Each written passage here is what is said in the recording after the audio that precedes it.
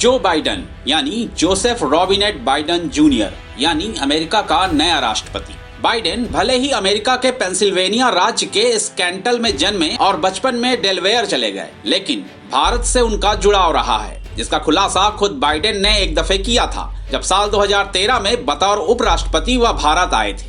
दरअसल कहानी थोड़ी पुरानी जरूर है, लेकिन दिलचस्प है। कहानी में एक बाइडेन और है जो मुंबई में रहता है। उसका कहना है कि जो बाइडेन से उसका रिश्ता है, लेकिन अफसोस मुंबई में उसे कोई नहीं जानता। साल 1972 में सीनेटर चुने जाने पर बाइडेन को मुंबई से उन्हीं के नाम से एक शख्स ने खत लिखा और सीनेटर बनने के लिए शुभकामना दी। मुंबई के इस बाइडेन ने खत में बताया कि उनका एक दूसरे से रिश्ता है। इस वक्त बाइडेन 29 साल के थे और उस शख्स से मिलना भी चाहते थे, लेकिन परिवार और राजनीतिक प्रतिबद्धताओं के चलते ऐसा नहीं हो सका। हालांकि लंबा वक्त बीत जाने के बाद भी बाइडेन अपनी इस ख्वाहिश को पूरा करना चाहते हैं। अमेरिका के उपराष्ट्रपति बनने के बाद वो पहली बार साल 2013 में भारत आए। यहाँ बॉम्बे स्टॉक एक्सचेंज में अपने संबोधन के दौरान उन्होंने यह कहानी वहाँ मौजूद लोगों को सुनाई।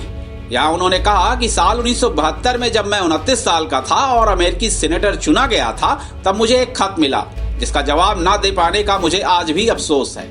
शायद दर्शकों के बीच बैठा कोई वंशावली विशेषज्ञ मेरी मदद कर सके। मुझे मुंबई में बाइडेन नाम के एक सज्जन पुरुष का खत मिला था, जिसमें उसने कहा था कि हम दोनों का एक दूसरे से कोई रिश्ता है। उन्होंने कहा कि शायद हमारे पूर्वजों का कोई संबंध हो या फिर 1700 ईस्वी में ईस्ट इंडिया ट्रेडिंग कंपनी में काम करने के लिए कोई मुंबई आया हो। यहाँ मजाक में बाइडेन ने यह भी कहा कि अगर यह सच है तो मैं भारत में भी चुनाव लड़ सकता हूँ। इस घटना के कुछ साल बाद वाशिंगटन डीसी में अपने संबोधन में बाइडेन ने इस घटना का जिक्र करते हुए कहा कि मुंबई के बाइडेन और मेरे पूर्वज एक थे जिन्होंने ईस्ट इंडिया कंपनी के लिए भारत में काम किया था। बाइडेन समय समय पर इस घटना का जिक्र करते रहे हैं। वह जब भी किसी भारतीय, अमेरिकी या भारतीय नेता से मिलते हैं तो मुंबई वाले बाइडेन का जिक्र जरूर करते हैं। सितंबर 2015 में यूएस इंडिया बिजनेस काउंसिल को संबोधित करते हुए उन्होंने कहा था कि मुंबई वाले बाइडेन और मेरे पूर्वज शायद एक थे जिन्होंने शायद किसी भारतीय महिला से शादी की थी और भारत में ही रह गए थे। इस तरह बाइडेन की एक अधूरी ख्वाहिश आज तक पूरी नहीं हो सकी और मुंबई वाले बाइडेन से आज तक वह नहीं मिल सके।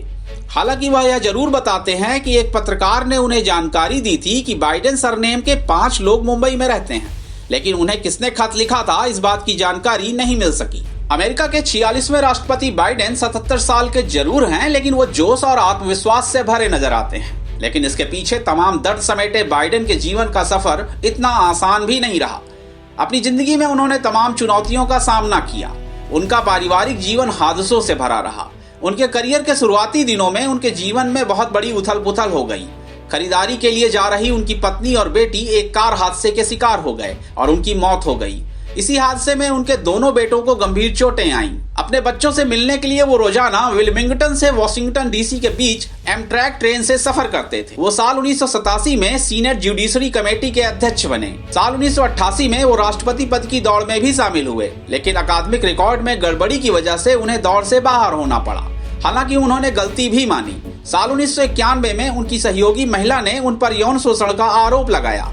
हालांकि उनकी छवि एक ईमानदार नेता की रही। साल 2015 में सीबीएस न्यूज और न्यूयॉर्क टाइम्स के सर्वे में उन्हें सभी राजनीतिक पार्टियों के भरोसेमंद नेताओं की सूची में सबसे ऊपर रखा गया। ओबामा के कार्यकाल के दौरान वो उपराष्ट्रपति बने, लेकिन साल 2015 में एक बार फिर जिंदगी ने उनके सामने चुनौती खड़ी की। उनके बड़े बेटे की ब्रेन कैंसर से मौत हो गई। यही वजह थी कि साल 2016 में वो राष्ट्रपति पद के लिए उम्मीदवार नहीं बने, जिसका उन्हें हमेशा अफसोस भी रहा। लेकिन अब जिंदगी ने उन्हें एक बड़ी जिम्मेदारी से नवाजा है। उम्मीद है कि वो अपने गमों को भूलकर विश्व और मानवता की भलाई के लिए काम करेंगे।